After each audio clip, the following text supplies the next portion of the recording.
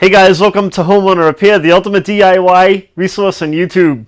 My name is Tony. So in this video I wanted to go over reasons to bolt off of a used car lot when you're trying to find the used car. So if you're on the used car lot, you're looking for a used car, and the guy busts out of the sales office.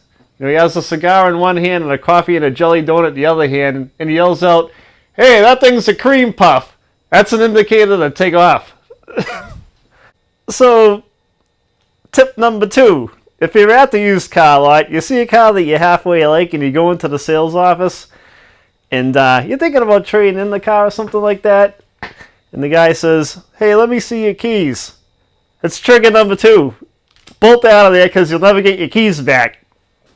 So trap number 3 is when you show up at the car lot, and you're looking at the car, and the guy comes busting out of the office, and he goes, "Hey, you're interested in that car?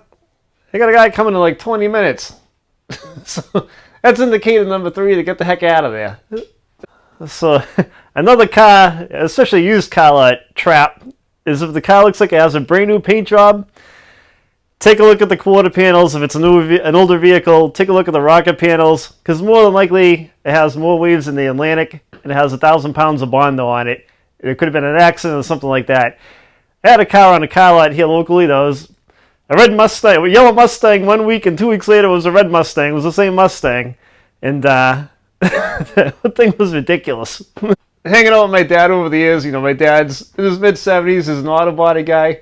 So I've had my fair share of used car lots and looking at vehicles in general. So if you're looking for a vehicle and any of these things are said to you, you may want to take off and go find, a private sale or a halfway decent car lot that you can trust. So I hope you enjoyed the video. And don't forget to subscribe to the channel. We like having you guys on here. Take it easy.